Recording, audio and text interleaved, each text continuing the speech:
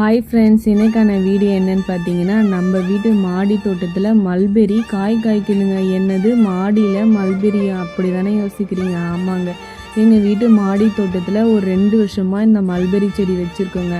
இது பார்த்திங்கன்னா சீசனுக்கு அப்போ தான் காய்க்கும் இல்லைங்க, எல்லா சீசனுமே காய்க்கும். இதுக்கு நம்ம என்ன பண்ணணும்னு பார்த்தீங்கன்னா, நம்ம அதுக்கு தேவையான உரமோ இது வளர்ந்துட்டு வரும்போது கட் பண்ணி விட்டோம்னா அங்கங்கே கிளைகள் போய் அதில் பிஞ்சு விட்டு நிறையவே பழம் பழுக்க ஆரம்பிக்குங்க. இது மட்டும்தாங்க இதுக்கு போதுமான அளவுக்கு.